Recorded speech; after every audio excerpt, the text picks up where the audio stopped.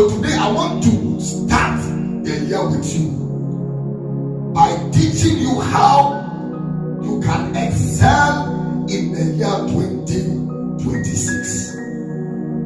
Ladies and gentlemen, if we don't come incorporate with the Lord and move with God, the theme will be vanity in our lives, and the year 2026 will go to an end, and we will not see the impact of the theme to excel.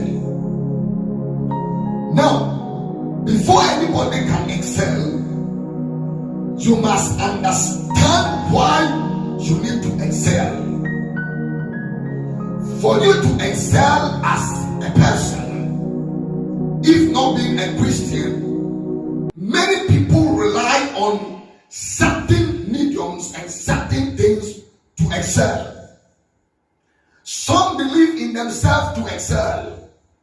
Some also rely on some capability that they need from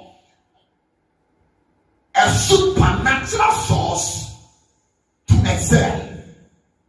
So as a child of God, how do you excel? You must depend and rely on a source that is so strong and powerful to lead you to succeed.